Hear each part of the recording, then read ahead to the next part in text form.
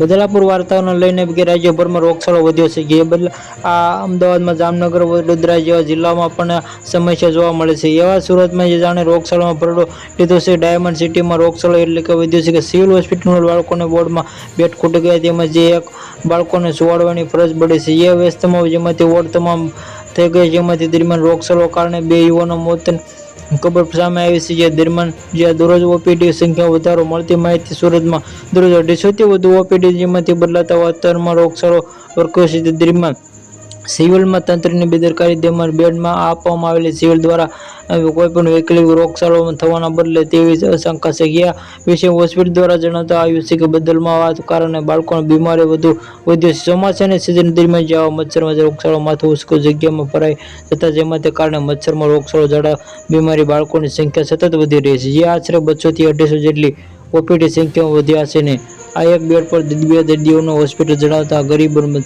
બહાર ન જવું પડે તે માટે જમીન પર સૂઈ સારવાર લેવી તકલીફનો સામનો ન કરવો પડે તેમાંથી હંગામા ધોરણે બેડ બાળકોમાં છોડવામાં આવે છે. આ બેડમાં બાળકોની સરખામણી કરવા માટે તેમાંથી તકલીફ પડે તેમાંથી જ્યારે બીજા બેડ સુવિધા ન